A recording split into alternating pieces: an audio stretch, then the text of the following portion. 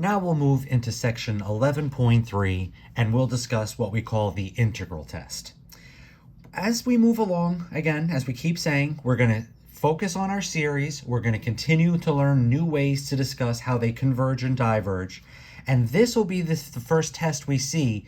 We will be able to make that conclusion, but this test will not be enough to tell us what the series actually converges to.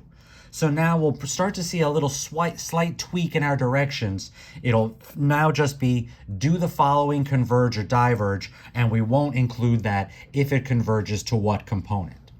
The other interesting thing, even though this is one of the first real tests that we're introducing to test for convergence and divergence of series, it's a little tempting to overuse it. As we get further along, it's kind of funny. When we get to section 11.7, the integral test is kind of one of the last things we consider. But what it does, it gives us more ways. It's going to introduce a new special type of series that we call a p-series, so it has a lot of purposes. But as you see as we start getting into it, it's not the easiest to use. Once we actually get through what the integral test is composed of, you'll see it's almost just as much work just testing if all the prerequisites are met as and then actually moving in and then solving the integral, the corresponding integral, to make our final conclusion. So again, we're going to get to see all of that, but just to kind of give you that heads up, it's a good, useful test. But this is really used to establish a new little series that we want to know. And then in 11.4, we'll have what we call the comparison tests.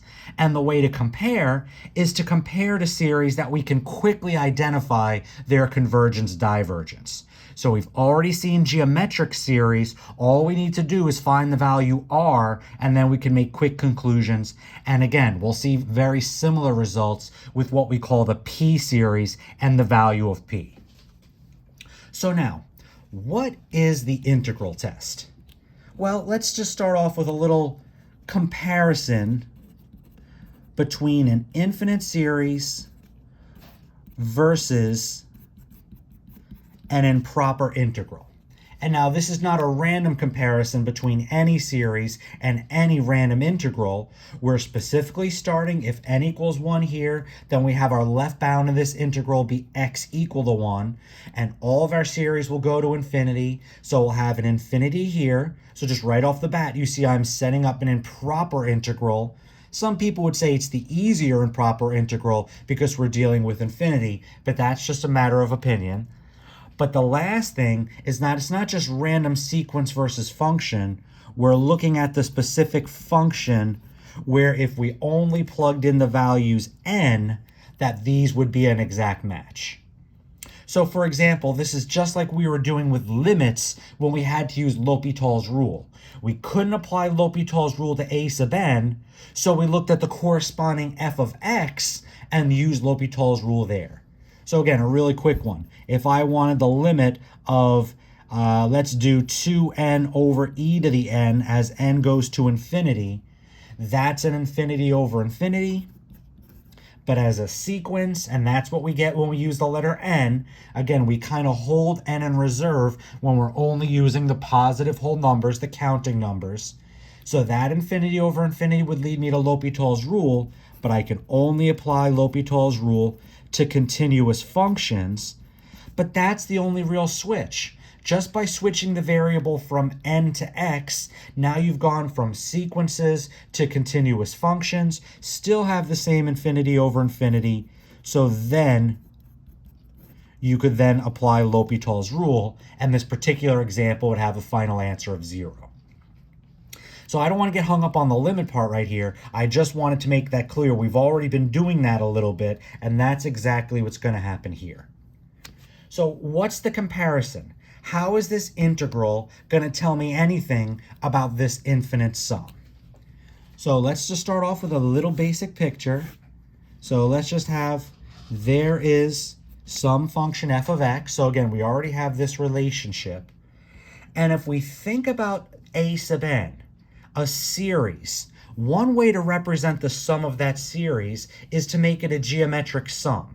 So instead of just looking at, well, the summation of a sub n is a1 plus a2 plus a3 plus dot, dot, dot, we could think of these as area of rectangles, so that we could look at a1 as the y value, and we can kind of think of our delta x as 1. So for instance, if this would be the point that corresponds to x equals 1, I could do this rectangle would have the same area as that y value. Look at the area of this rectangle. It would be the y, the base times the height. The height would be the y value on the curve, and the base I intentionally made have a width of 1. So this isn't quite like delta x when we were initially setting up integrals, or delta x when we started talking about volume. So I'm not just doing a random delta x, I'm intentionally making the gap 1 unit. So again, this area would be equal to the same value we had a sub 1. And then similarly, if this is the x coordinate that lines up with x equals 2, so this point would have the y value that goes with x is 2, well then the area of this rectangle would be a sub 2. So again, I'm taking a infinite sum and I'm treating it like it's a sum of rectangles. And this would just keep going. So if this is x is 3, this rectangle would have area a sub 3, and then a sub 4, and this would just keep going. So that's the connection between these two. But now realize it's not perfect, but this is ultimately what we're going to do. Look at this picture right here. Think about this integral. If this integral converges, that is essentially telling me the area under the curve, starting right here, going forever to the right, that area adds up to some finite number. Again, that's what convergence means. That's why even in last week, I reminded you that we use the word convergence and divergence a lot, but you really want to be clear the real understanding, not just the how I solve the problem in that moment, but the real understanding in all those different situations. So convergence of an improper integral is about having a finite area in spite of some of these weird issues. Either a discontinuity on the interval or an infinity as a bound. Here we'll always just be looking at infinity as a bound. But then for sequences, convergence is about honing in on that y value. All these individual terms, are they honing in on something? And then for series, that this infinite sum, that it adds to something finite. So now, this integral converges if this area from here over, even though it goes forever to the right, that somehow that adds to some finite value. Well, look at my rectangles. Ignore A1 for the moment. All these rectangles that I'm setting up, they are clearly under the curve, so the area of all these rectangles, the value of this summation, just not counting A1, would be less than the area under this curve. Well, think about that. Now, it's a little weird because we've got infinity in there, but if this adds up to something finite, these rectangles have a smaller area than what we are getting under the curve. So when we add these, we must get something finite. Now, there's a few other conditions. Notice I don't have any negative values. There's a few other things we'll have to clarify here. But in this general picture, in this situation, well, if this area under the curve is something finite, then these rectangles must add to something finite. They don't add to the same thing. And especially that I'm ignoring the A1 here, when I look at the area of these rectangles, at that moment it's less than the area under this curve. But then when I add A1 back in, that may still be lower or it may be greater. But here's the big conclusion, everybody. It basically boils down to this. These corresponding, this series and this improper integral, if this integral is nice, meaning it converges, then this series is also nice, meaning it converges. Now, vice versa, let me draw another picture. Let me do a fresh one, but still kind of similar. So there's my f of x again. And if I do something similar here, but now here's my x is 1, here's x is 2. And again, if you're just thinking about Calc 1, now it looks like over here, I was almost doing right endpoint rectangles. Now I'm doing left endpoint rectangles. But I'm getting similar results. This rectangle, all the rectangle, not just under the curve here, this whole rectangle would represent the value of a sub 1.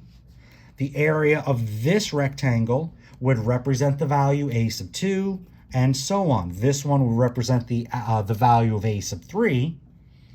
But now my rectangles are going to give me an area bigger than this area under the curve as we go forever to the right, starting at 1, going forever to the right. Well, what does that mean? Well, this is just, again, pointing out this nice relationship. Again, I am kind of shortcutting a few of the odd circumstances, and I will come back to all the necessary preconditions to make this work as perfectly as I'm making it. But what we're showing here, if this improper integral diverges, well, with these conditions, we wouldn't be getting a does not exist. We would be getting some sort of an infinity for our answer. This one would specifically be a positive infinity, assuming this integral diverged. So that means in some way it's like this area is adding up to infinity, but then the area under the rectangles is greater than the area under the curve.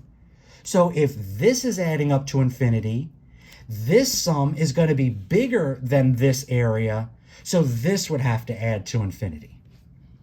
So that's going to be the big picture. If we get the right corresponding integral, which is not that hard to set up, it's really going to be as long as we get the right conditions, then we can kind of make either one of these work. People would say, well, why don't I do this? Well, it's all about knowing what the initial integral does. If the integral converges, I could basically set up this picture and conclude that this series converges. If the integral diverges, then I would be thinking about this picture and I could get that this corresponding series diverges. So it's not about redrawing the picture. We're done with that. It's about testing the prerequisite conditions. So now let's formally draw up the integral test. I believe the book does this on page 761. Here is the formal setup for the integral test. We start off with the conditions. If f is a continuous function, is positive, and is decreasing. Now, we don't need those conditions everywhere, but we need them on the interval we care about, which will start at 1. I mean, one tiny thing, the book notes, if for some reason our series starts at n equals 3, then the integral would start at x equals 3. But in general, as we keep seeing, we really start most of our series in general at n equal 1, hence this starts at x equals 1. So those three conditions, the corresponding function, and I need to note, if f of x is this, and of course, f sub n equals a sub n. So that's not the hard part. That'll be a quick conversion. These are really the three conditions. If the function we care about is continuous, so our only problem with the integral will be that we have infinity as a bound. Positive, so now both of my pictures make sense. The curve is entirely above the x-axis on the region we care about. And just as important is decreasing. The way these pictures work so perfectly is we don't have any ups and downs, that the curve is pretty much just going down on, again, the interval we care about. I don't care if there's ups and downs over here or over here. I don't care if we have discontinuities over here. I don't care if we're negative over here. We only care about this part. Again, another big opportunity to take advantage that we're really starting off with n, and then we're just making that conversion to x. So we don't have to worry about the negative x's and a lot of those other things we've mentioned. So all of this is the prerequisite. So all of this, then we get to make our conclusion. Then the series a sub n converges if and only if the integral, the improper integral, converges.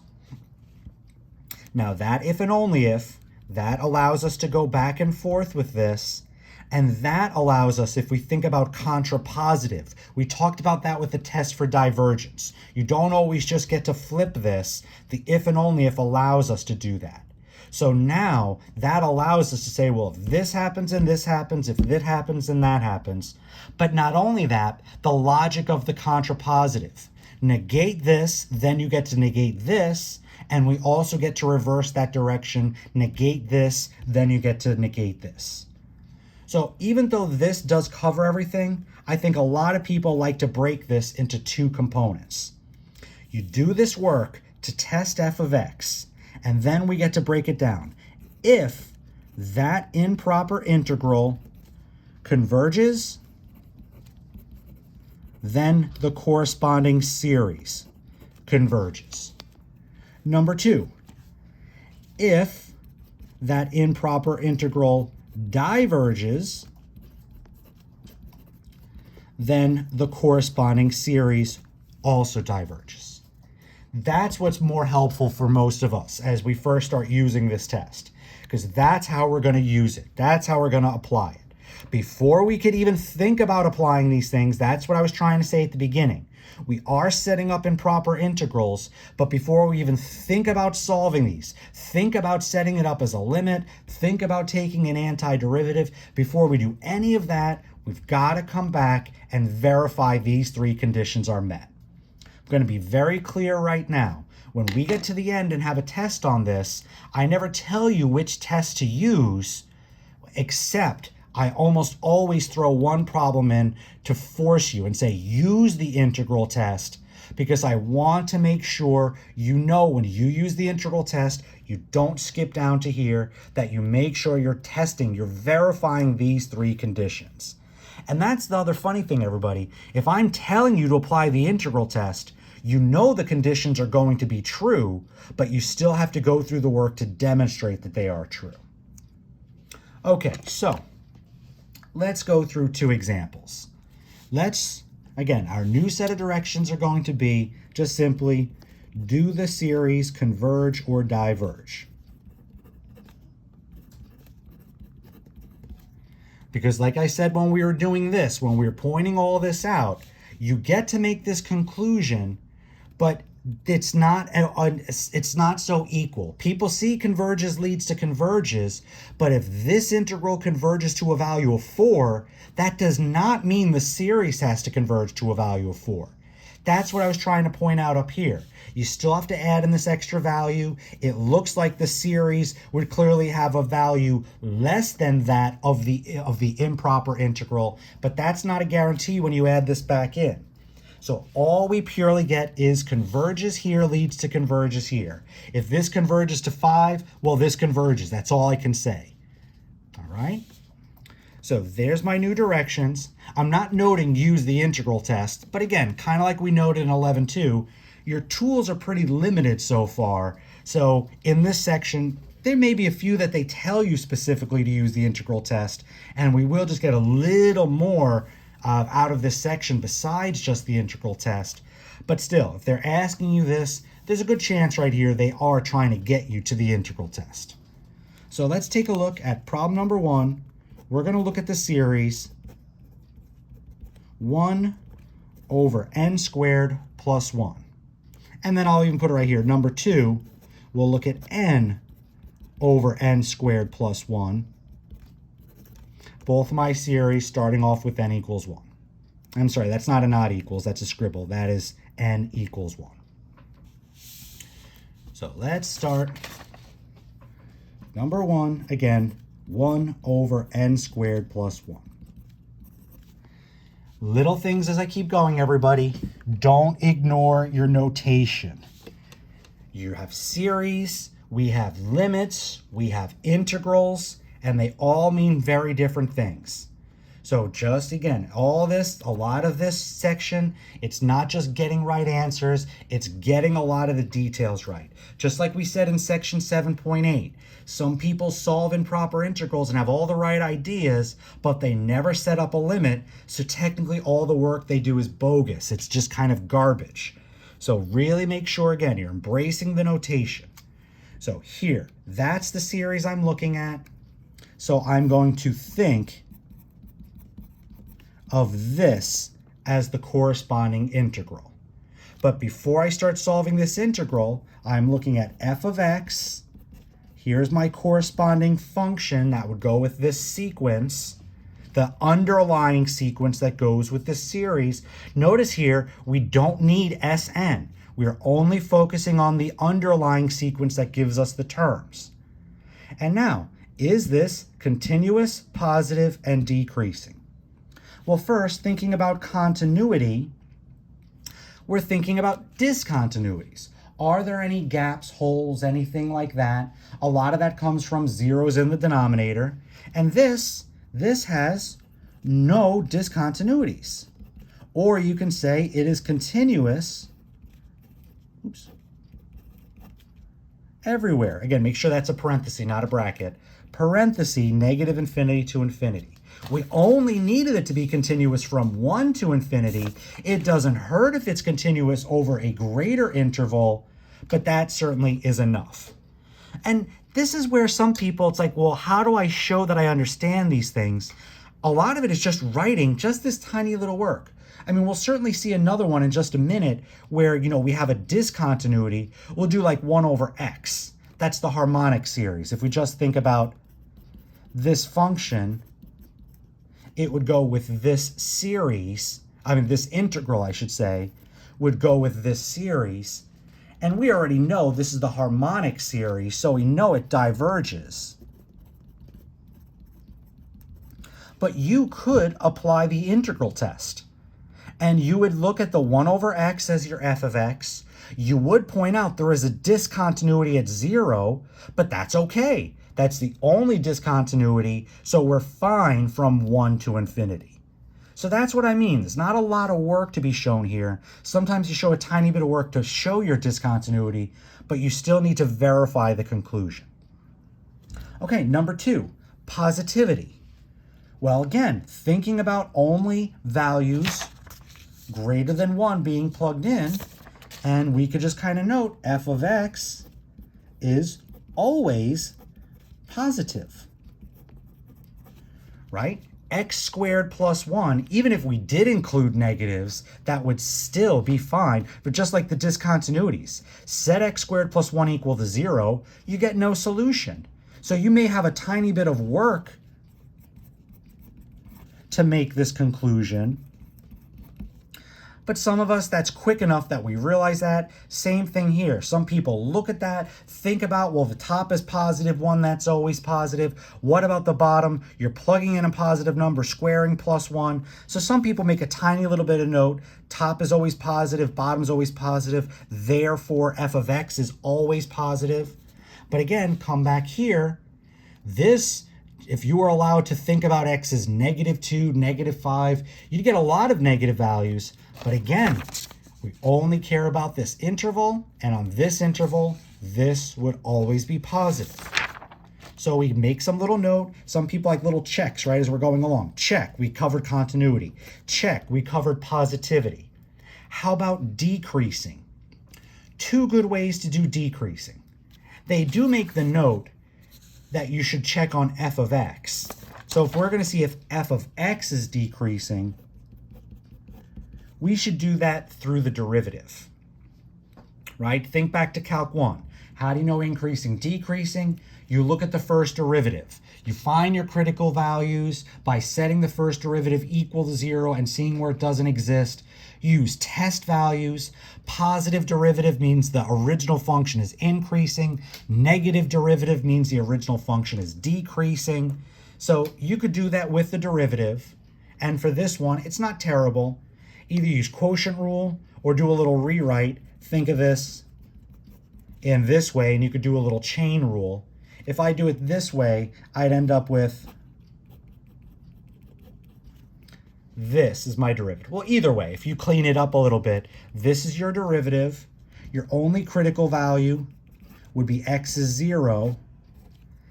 And again, I don't care at all about this side. I really only care about going past 1. So if I plug in any value past 1, I would get a negative over a positive. That would give me a negative. That's enough to conclude f is decreasing on the interval we care about. Now, this is one, be careful. If you plugged in x is -1, over here, you would get that this function is increasing. So, like I said, this is finally one where it's not always the case, but it's decreasing where we need it to be. So, that covers all three. We've discussed a few possibilities here. The Calc 1 approach here works very well, but a lot of people also like the sequence approach. Just like with positivity, it's perfectly fine to conclude a sub n is always positive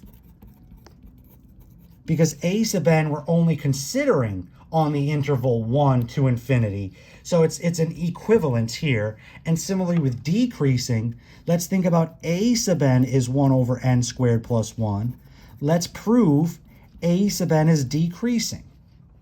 So the way to do that, we need to show a sub n plus 1 is greater than, a sub n is bigger than a sub n plus 1. So is 1 over n squared plus 1, is that bigger than 1 over the quantity n plus 1 squared plus 1?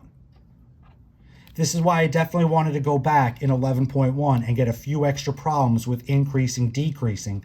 It'll only be decreasing that we care about here, and some people prefer this way to this way. And this inequality, this one happens to be pretty quick and easy.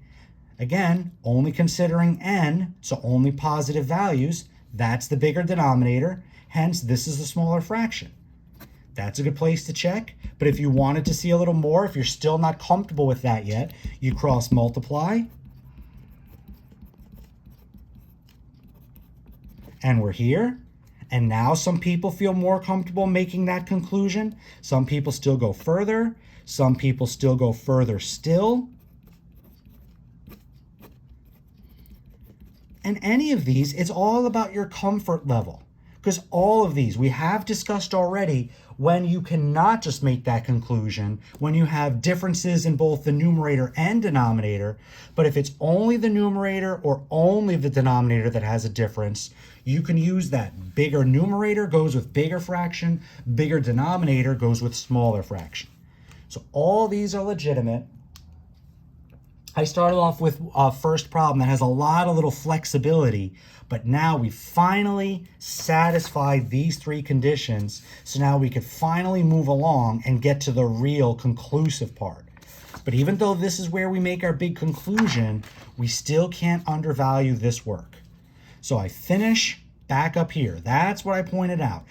A lot of people write this off and just jump right in, and they ignore all of this work. And if I give you a problem on your exam specifically telling you to use the integral test and to confirm the conditions, this is about half the points to make sure you could verify all these things are true. But now we're finally solving this integral. We still have to set up our limits. Nothing's changed. There's no shortcuts here to solving these improper integrals.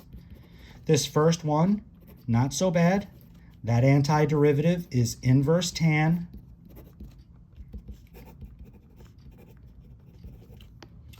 And now as I plug in,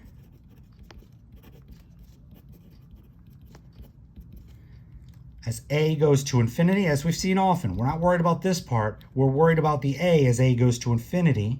But as inverse tan goes to infinity, we get an answer of pi over 2. Technically, we could also say that would be pi over 4. But as long as we get this, and even if we don't know that value, there's nothing wrong with that, we can conclude convergence. But now, this integral specifically converges to pi over 4. But as we keep saying, we can't say this series converges to pi over 4. We simply don't know that. So, what we will conclude here is that the series, we still needed all this work. All this made sense to conclude. And again, we don't need any extra writing. This work supports the idea that this integral converges. But now our conclusion, if you want to use your therefore symbol, it's not a must, but it's kind of nice. It's very appropriate here. We've got the summation 1 over n squared plus 1 converges by the integral test. That's your full conclusion. Converges here leads to converges here, and you just give that tiny little explanation. All of this work was using the integral test. Okay, so let's keep going. Number 2, more practice. Now we're looking at n over n squared plus 1. Doesn't seem like that much of a difference from problem number 1 to problem number 2, but it definitely makes a big difference. So we will, some people just like to get to the f of x. Others like to already set themselves up for the integral we're working towards. One quick little thing before I keep going. We mentioned a lot in 11.2 identification. Trying, just like we saw with integrals, trying to see what are good things, what are good friendly problems that go with different techniques. I harped a lot in 11.2 about being able to identify geometric series, because all we need to do, if we find a geometric series, because it's in that perfect form, like here, if we have that a r to the n minus 1, that should really, really stand out. But even if we don't, n's as exponents, just looking at a bunch of terms, seeing that repeated multiplication and only multiplication, several good ways to get us to r. Well, what would be a good integral test problem? Ultimately, you're going to have to solve this integral. So the book gives us the advice you would use the integral test when you could see you have a friendly integral to solve. So just going backwards for a moment, hopefully as soon as you looked at that, you were already thinking inverse tan. There was nothing to that integral at all. That is by definition an antiderivative that gets us to inverse tan. Hence, this was a good approach. We still had to do a lot of work here to get to that point, but ultimately having a nice integral to solve will be a nice way to use the integral test. So in this next one, just sneak peeking a little bit, just thinking ahead, if you're looking at that integral, I hope you're already thinking about a u substitution, u as the denominator. So just because we say integral test, well, it should be again, something you could solve with an integral. It doesn't have to be quite as direct as number 1. And you'll see as you go through the homework, you may get an integration by parts that sneaks in. There may be a partial fraction that sneaks in there as well. But so it's not always the easiest integration techniques. But if you see something, you have a good solid strategy, this is not a bad test to try applying. But I've got to go through all my conditions. So, and again, the order doesn't matter either, everybody, as long as you have your checks next to continuity, positivity, and decreasing. So for this one, positivity, again, n over n squared plus 1, n always positive, n squared plus 1 always positive, therefore n over n squared plus 1 always positive. If you just want to write a tiny bit, positivity is probably the most difficult one that students struggle to write. Just talking about getting a little deeper in mathematics, proof writing, writing these little details, there's a lot of practice and nuance in making everything clear and what is enough. So I'm not trying to be too critical on that, but I'm trying to give you some good basic guidance so someone else reading your work, it's like, okay, it makes sense. You're not just writing the conclusion, you're giving a reason that yes, if n is always greater than 0, n squared plus 1 always greater than 0, then that division, a positive over a positive, will always be greater than 0. So a few little things to think about there, and I use the sequence. Same thing with continuity. For continuity, again, I'd be thinking about the denominator equal to 0, but once again, same conclusion as the previous one, no discontinuity. Therefore, we're continuous everywhere, not just from 1 to infinity, but literally negative infinity to infinity. And the last piece are decreasing. If you take the derivative here, pretty much definitely need quotient rule. It's not the easiest one to work with. So I'm going to, again, stick with the sequence. So for my decreasing, I'm going to look at n over n squared plus 1 is that bigger than n plus 1 over n plus 1 squared plus 1? And now this one is not obvious. In problem number 1, we have the same numerator, so we were able to just jump to the denominator.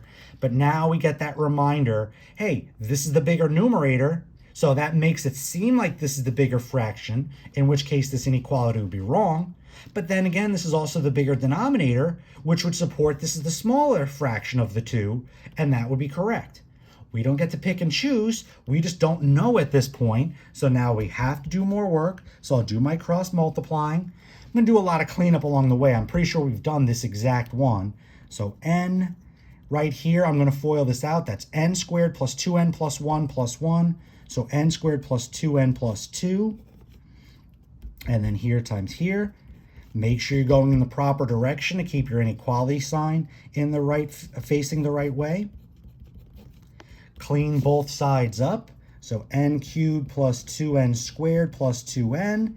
Is that bigger than or equal to n cubed plus n squared plus n plus 1? Getting better, but still not perfectly clear. But these can cancel. These can simplify. These can simplify. And now that is always true. Again, relying on the fact that n's are always already 1 or bigger, well, 1 squared plus 1 is already bigger than 1, and that'll just keep getting bigger. So there's confirmation. Now all three conditions have been satisfied. So now I'm back to this integral. Rewrite my limit. Again, I like to use A. A bunch of you use T. It doesn't really matter. Just again, a different letter. Don't use N. N has already been used. So again, an A, a T, just something like that. Already mentioned, we're going to use a U sub here. We'll let U be the denominator, the derivative. There's the extra X that'll cancel.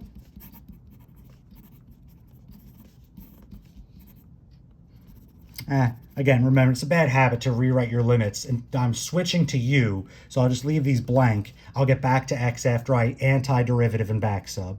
So I've got X over U, du over 2x. There is 1/2 1 over u, so I get 1/2 log of u for the anti. This is a little friendly. This would definitely be positive. We've kind of mentioned that already. So the absolute value is not completely necessary. Still a good habit though. And just solving the integral, I mean, we're not done solving. That's kind of the issue. Just finding the antiderivative, still not enough. I got to know what happens when I plug in. Not worried about this part, worried about the a part and letting a go to infinity.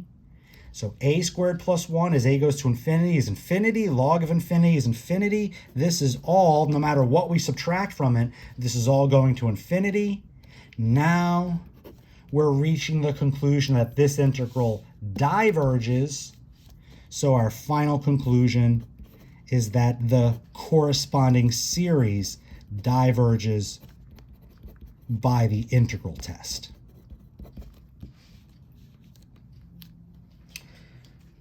So we're not finished. We definitely have several things we want to go through. These are two good problems to try and get you used to the integral test. Again, the book normally has a couple that just tells you use the integral test, even if we've already seen it. I kind of mentioned again that harmonic series. We already discussed that as divergent, but it's still good practice to be able to use the integral test, even though we already know the conclusion. And there are others similar to that. So be sure you're following your directions when you get to the homework. And then as we move into part 2, we're going to use the integral test to make a big conclusion and discuss what we call P-series.